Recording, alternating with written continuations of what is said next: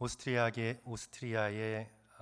유대인으로서 우리 정신과 의사인 빅터 프랭클은 독일 나치 수용소인 아우슈비츠 수용소에 3년 정도 수감됩니다. 이제 그 기간 동안 부모님을 잃었습니다. 아내를 잃었습니다. 형제 둘을 잃었습니다. 수용소에서 죽은 것이죠. 그 극심한 고통 속에서 의사의 관찰력으로 사람들을 자세히 관찰합니다. 이런 극단적인 상황 속에서 사람들이 어떤 선택을 하는가? 그런데 놀랍게도 똑같은 상황인데 사람들이 다른 선택을 합니다. 어떤 수감자는 절망에 빠져 자기의 생명을 포기합니다. 반면에 어떤 사람들은 작은 희망이라도 붙들고 키워나가며 주변을 밝게 만듭니다. 어떤 수감자들은 남의 빵을 빼앗고 독일군보다 더 악랄하게 자신의 동료를 괴롭힙니다. 반면에 어떤 수감자는 자기 빵을 기꺼이 나눠주고 동료가 잠들도록 노래를 불러주며 양보하고 친절을 베풉니다. 한 독일군 장교는 상관 몰래 자기의 돈으로 시장에 가서 약을 구해다가 날마다 유대인들에게 나누어 줍니다. 빅터 프랭클이 죽음의 수용소라는 그 유명한 책에서 자신이 3년 동안 관찰하며 내린 결론을 이렇게 짓습니다.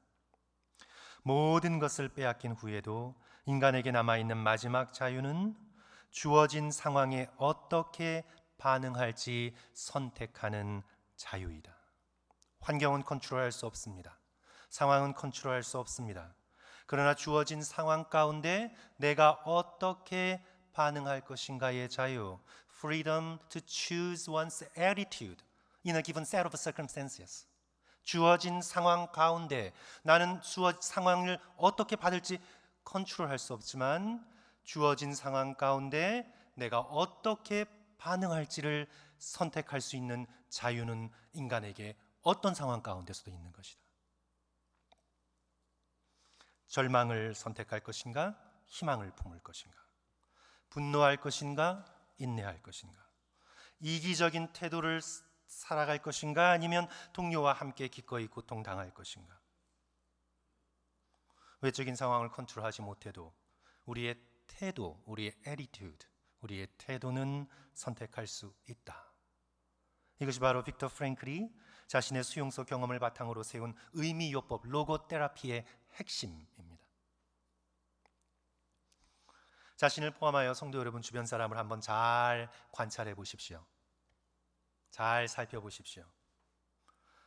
감사와 관련하여 3가지 유형의 사람들을 보게 될 것입니다. 첫째로 감사할 일이 많은데 전혀 감사하지 않는 사람들입니다.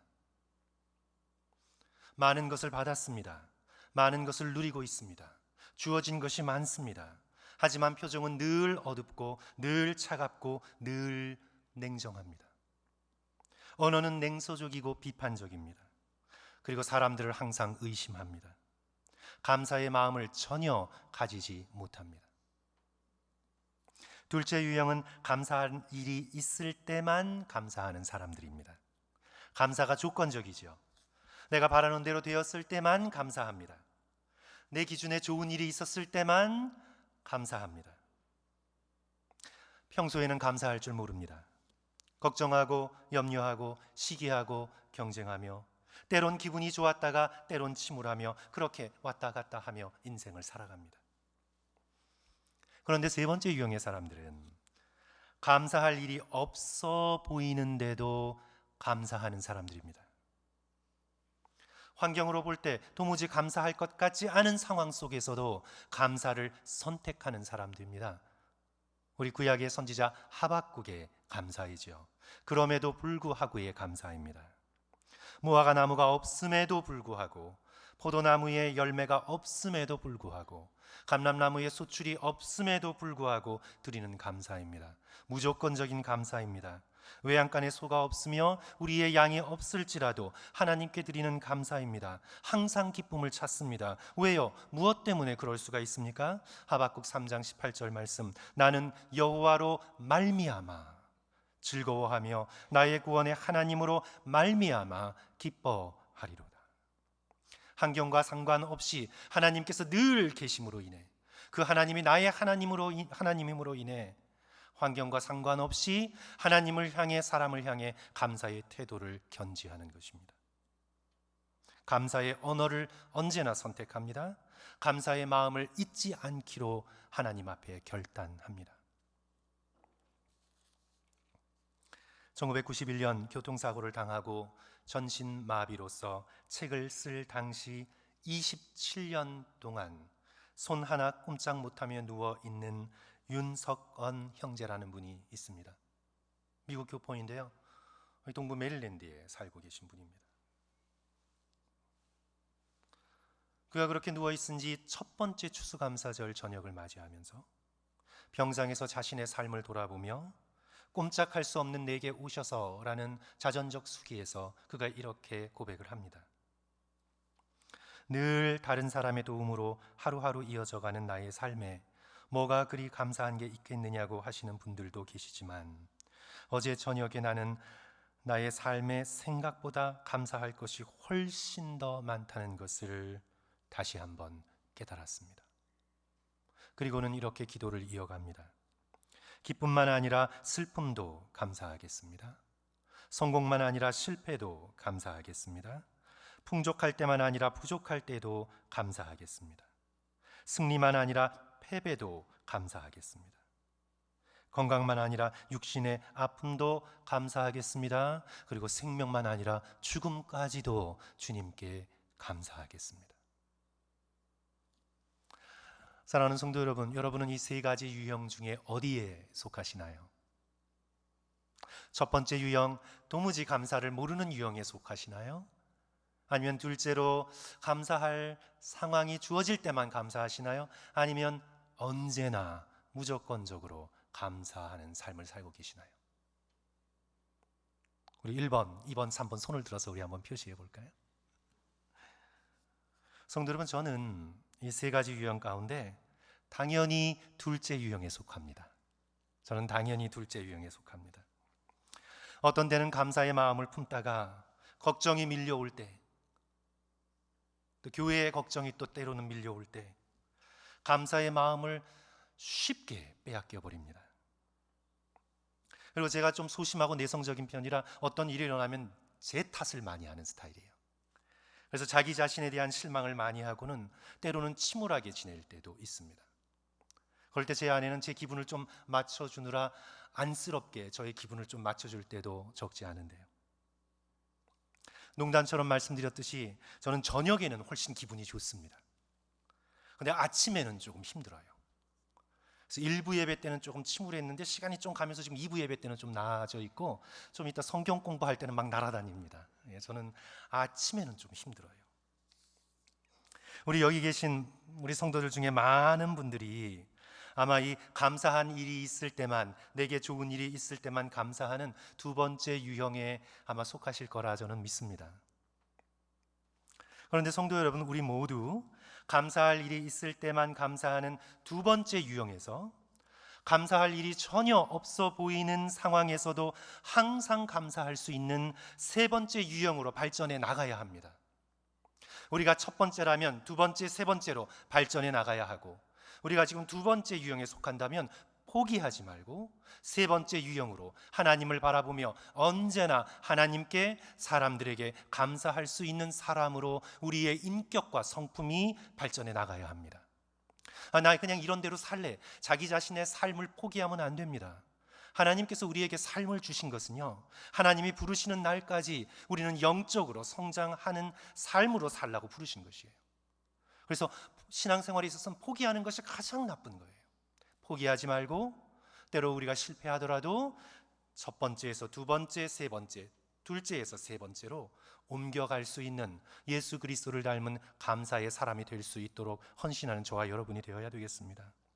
성경에서 명령합니다. 데살로니가전서 5장 16절, 17절, 18절, 항상 기뻐하라, 쉬지 말고 기도하라, 범사의 모든 일에 감사하라. 이것이 그리스도 예수 안에서 너희를 향하신 하나님의 뭐라고요? 텔레마, 하나님의 뜻이니라. 우리가 내일 어떻게 살지, 리타이어 이후를 어떻게 살지, 나의 젊음을 어떻게 하나님께 드릴지, 하나님이 나의 삶을 어디로 이끄실지 하나님의 뜻이 분명하게 보이지 않을 때에도 지금 현재 나에게 주어진 하나님의 뜻은 너무나 분명합니다. 어떤 상황 가운데 있든지 항상 기뻐하고 모든 일을 기도하고 그리고 범사에 감사하는 것, 그것이 우리에게 계시해 주신 하나님의 뜻입니다. 그런데 성도 여러분, 이 감사는요 저절로 되지 않아요. 내가 앞으로 감사하는 사람이 돼야지, 오늘 설교를 듣고 나 감사하는 사람 돼야지, 내가 감사하지 못했지, 그리고 오늘 결단한다고 해서 여러분이 내일 아침 일어나자마자 감사하는 사람이 되지 않아요. 결단이 우리에게 있어서 중요하지만 그 결단과 함께 훈련이 되어야 합니다. 그래서 감사는 훈련입니다. 감사는 훈련입니다. 오늘날 내가 탁구를 잘 치는 사람이 돼야지, 성도 여러분 결심을 했습니다. 그리고 내일 아침 일어나면 여러분이 잘 치는 사람이 되나요? 절대 그렇게 되지 않습니다. 결심이 있어야 되지만 그 결심이 반드시 매일매일의 훈련으로 이어져야 합니다. 라켓 잡는 법을 새로 배우고 스윙하는 법을 배우고 탁구를 치는 데 있어서 몸에 잘못 배어 있는 나쁜 자세와 습관들을 고치고 땀 흘려 훈련할 때 어느 날 탁구를 잘 치게 되는 것처럼 감사도 훈련입니다. 우리 마음에 깊이 뿌리 내린 마음의 쓴뿌리가 얼마나 많고 깊습니까? 늘 기회만 되면 나의 삶을 다른 사람들과 비교하고 나의 자녀들의 그 귀한 삶을 다른 자녀들과 비교하고 늘 걱정하고 염려하고 시기하고 질투하고 일이 내 뜻대로 되지 않았을 때는 쉽게 실망하고 주변 사람들을 비방하고 책임 전가하는 우리 마음속에 얼마나 마음의 쓴뿌리가 깊이 뿌리 내리고 있습니까? 그 뿌리들을 하나하나씩 끊어내고 마음에서부터 하나님께 감사하고 하나님께서 내게 주신 삶 이대로를 우선 감사하고 나에게 크고 작은 친절을 베푸신 모든 이에게 감사의 마음을 품는 것은 한순간의 결단으로 되지 않습니다. 매일의 결단을 통해 훈련을 통해서 이루어지는 것입니다. 그래서 감사는 성도 여러분 훈련입니다. 오늘 시편의 말씀 우리가 함께 읽었는데 그 말씀을 보시면 오늘 시편의 말씀은 명령과 선포예요. 그렇죠? 먼저 명령이 주어지죠. 136편 1절, 자 여호와께 감사하라, 명령입니다. 이것은 하나님의 명령입니다. 우리의 삶의 상황과 상관없이 내 마음의 감정과 상관없이 하나님께서 명령하십니다. 여호와께 감사하라. 왜요? 그는 선하시며 인자하심이 영원하기 때문입니다. 감사의 이유가 하나님께 있습니다. 하나님께서 선하시고 하나님께서 인자하시기에 감사하라는 것입니다. 여호와 하나님의 성품을 주목할 때 우리는 마땅히 감사해야 한다고 오늘 말씀은 우리에게 가르치고 있죠. 명령이 계속 나옵니다. 2절, 3절 계속 명령이죠. 신들 중에 뛰어난 하나님께 감사하라. 그 인자하심이 영원함이로다. 주들 중에 뛰어난 주께 감사하라. 그 인자하심이 영원함이로다. 오늘 이 시편의 본문의 이 말씀은 우리 성도들께서 아마 느끼셨겠지만 리듬이 있습니다. 리듬이 있어요. 노래지요. 리듬이 있어요. 하나님의 백성이 함께 모여서 성전 앞에서 감사를 훈련하는 시편이 바로 오늘 저와 여러분이 함께 읽은 시편입니다. 제사장이 선창을 합니다. 레위인이 선창을 해요. 그러면 회중들이 목소리를 높여 후렴구를 따라 부릅니다. 이제 4절부터는 창조주 하나님을 찬양하고 감사하라는 그런 명령의 말씀이 나오는데 성도 여러분, 우리 다 같이 함께 옛 히브리 백성처럼 우리가 함께 해보겠습니다. 제가 4절 홀로 큰 기이한 일을 행하시는 이에게 감사하라 하면 성도들은 목소리를 최대한 높여서 그 인자하심이 영원함이로다 이렇게 후렴구로 추임새를 넣는 겁니다. 잠에서 깨시고 5절부터 12절까지 성도 여러분 함께 해보겠습니다. 자, 제가 합니다. 지혜로 하늘을 지으신 이에게 감사하라.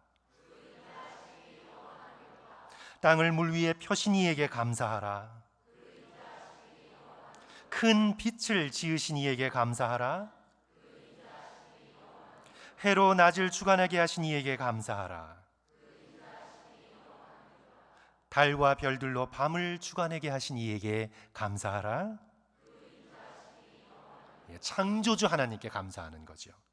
그런데 이제 10절부터는 이 창조주 하나님께서 우리의 인생 가운데, 역사 가운데 들어오셔서 친히 간섭하시고 우리를 건져내신 여호와 하나님의 구원에 감사하라고 우리에게 명령하고 있어요.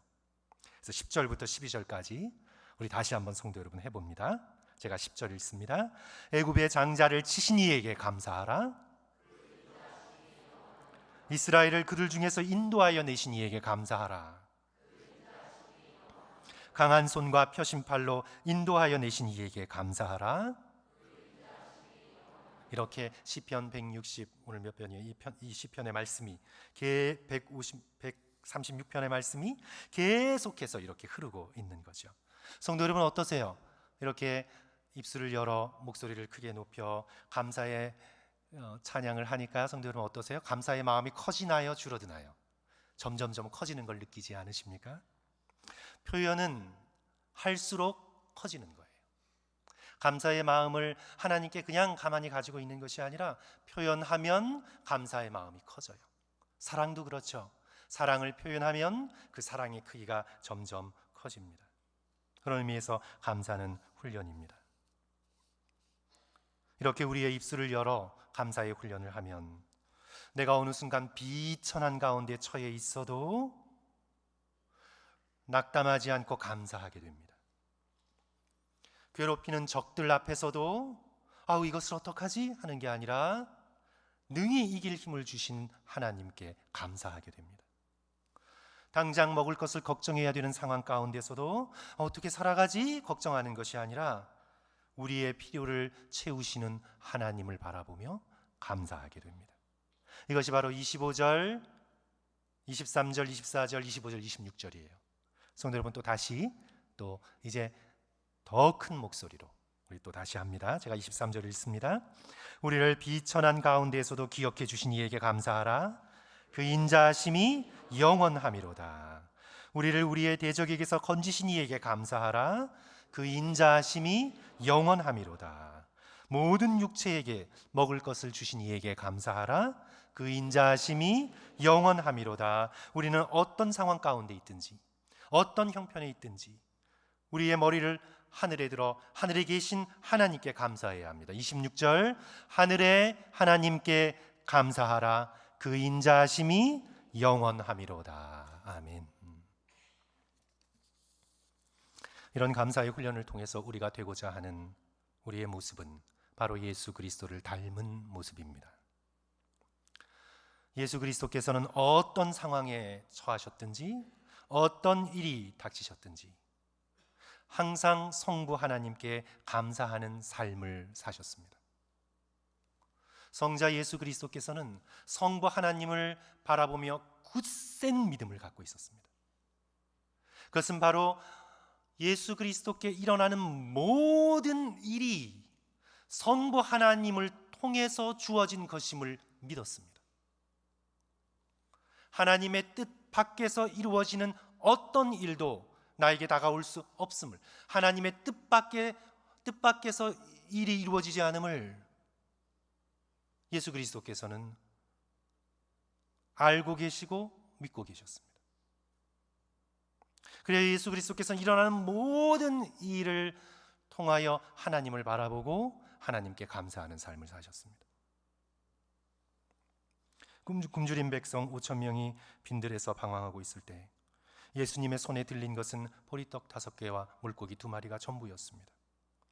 이걸 가지고 어떻게 하지? 어떻게 하란 말이야? 그렇게 하지 않으시고 예수께서는 그것들을 받으시고 하늘을 우러러 축사하십니다. 예수 그리스도께서는 주어진 것에 먼저 감사하셨습니다.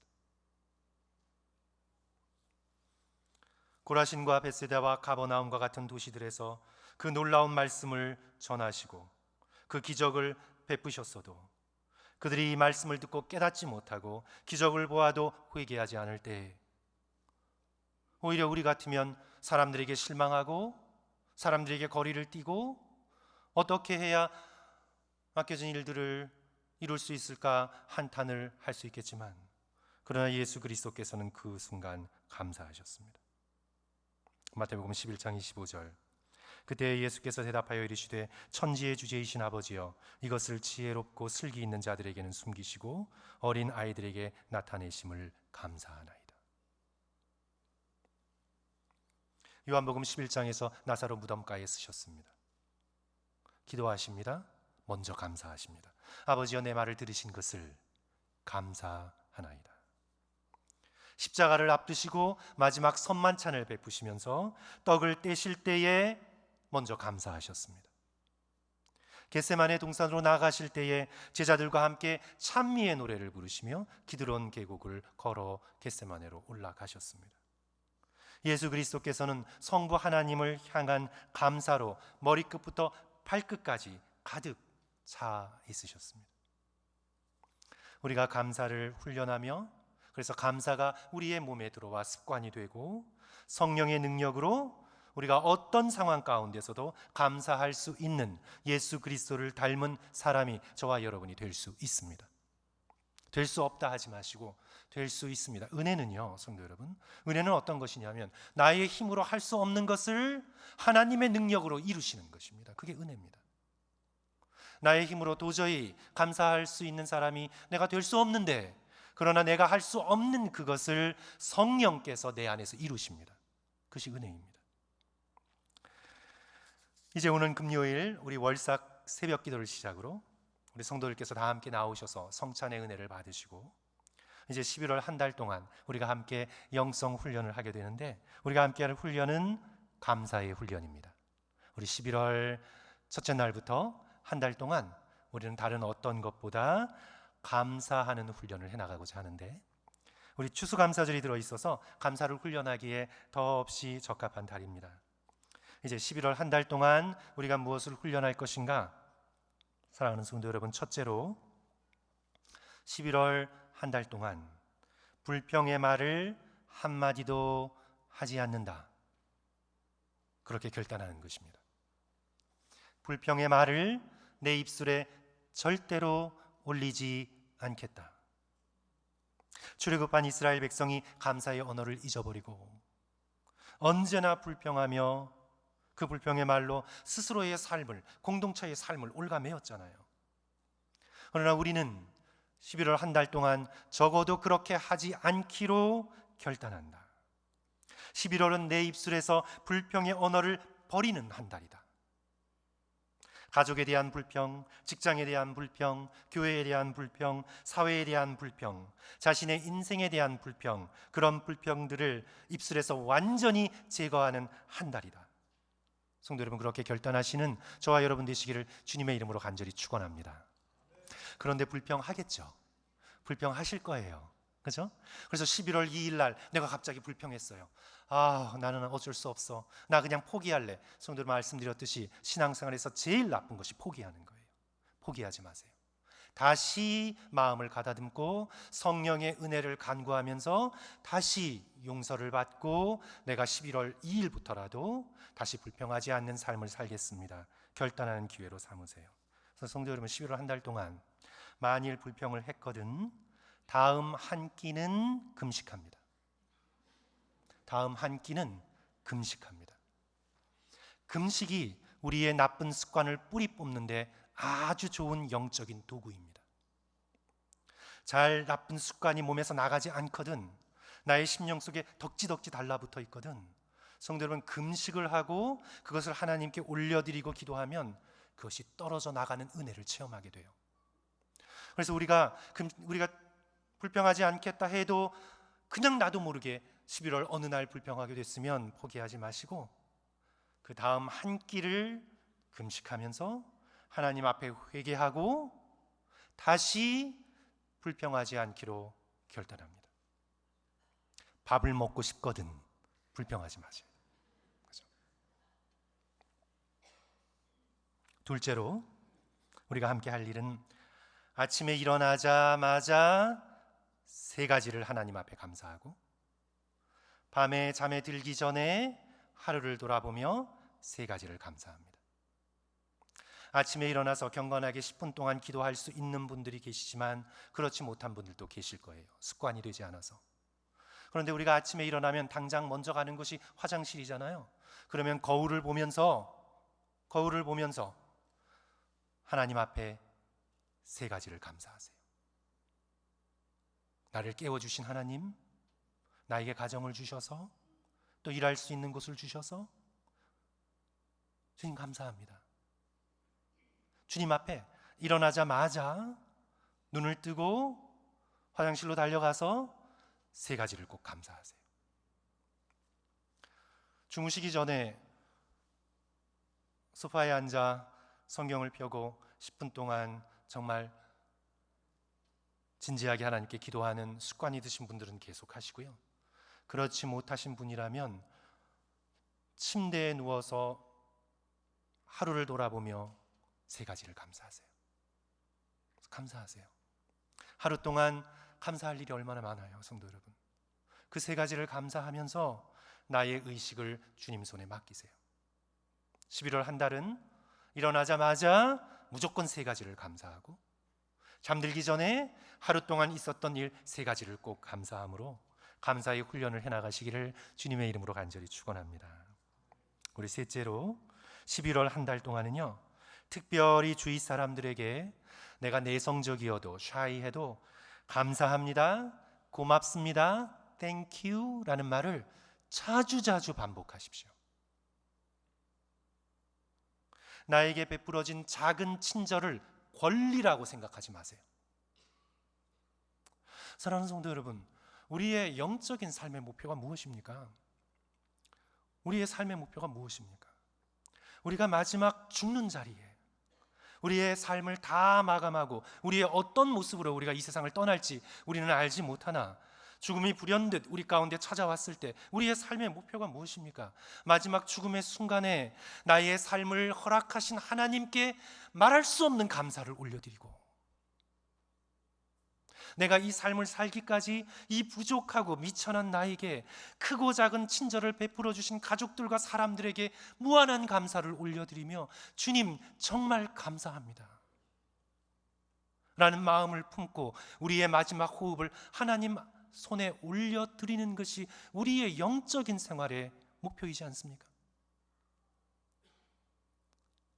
그런데 우리는 살아있는 동안 마땅히 감사해야 되는데 너무나 많은 불평, 너무나 많은 걱정, 너무나 많은 불만을 쏟아냈습니다.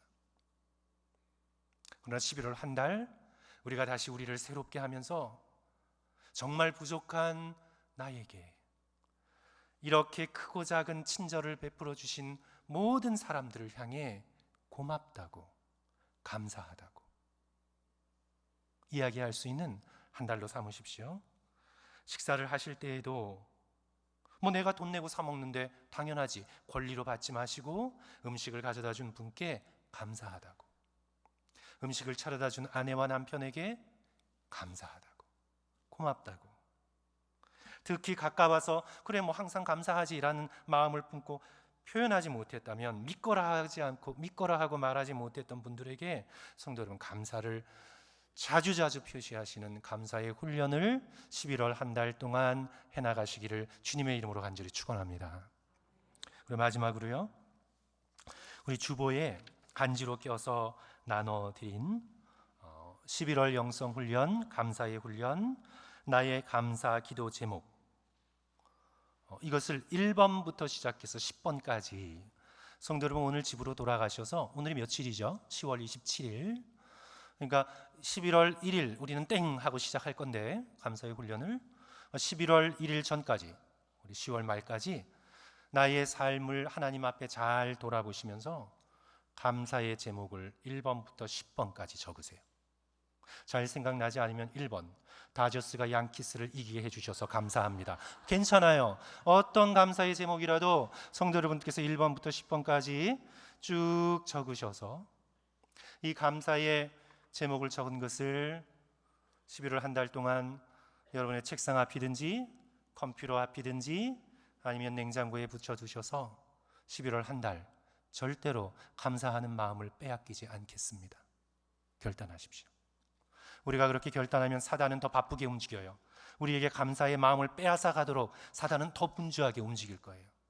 그러나 성령을 의지하시고 11월 한 달 동안 내가 감사하는 사람으로 되어지는 훈련을 해나가서 이 훈련을 통해 우리가 날이 가면 날이 갈수록, 죽음에 가까워지면 가까워질수록 더욱 넉넉한 마음으로 사람을 품고 작은 친절에 감사하고 하나님께 모든 것을 감사할 수 있는 예수 그리스도를 닮은 주의 제자가 되시기를 주의 이름으로 간절히 축원합니다.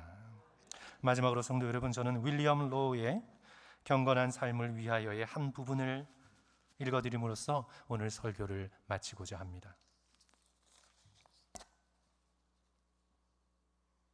세상에서 누가 가장 위대한 성도라고 생각하는가? 가장 많이 기도하거나 가장 많이 금식한 사람일까? 가장 많은 구제를 베푼 사람일까? 절제와 인애와 공의에서 가장 뛰어난 사람인가? 아니다. 하나님께 언제나 감사하고 있는 사람, 모든 일을 하나님의 뜻에 맡기는 사람, 모든 일을 하나님의 선하심으로 기꺼이 받아들이는 사람, 언제나 그것 때문에 하나님께 감사하고 찬양할 준비가 되어 있는 사람이 세상에서 가장 위대한 성도다. 그렇습니다, 성도 여러분. 우리는 세상의 기준으로 뭔가 놀라운 일을 행함으로 위대한 성도가 되지 않습니다. 사람들에게 박수를 받고 칭찬을 받음으로 위대한 성도가 되지 않습니다. 위대한 성도는 하나님께서 우리의 인생에 허락하신 모든 것들을 향해 기꺼이 감사할 마음을 품는 사람, 기꺼이 주님께 모든 것을 감사할 수 있는 사람, 가장 위대한 성도입니다. 우리 11월 한 달 우리가 가장 위대한 성도가 되는 아름다운 첫 걸음을 떼시면서 하루하루 감사할 수 있는 저와 여러분 되시기를 주님의 이름으로 간절히 축원합니다. 기도하겠습니다.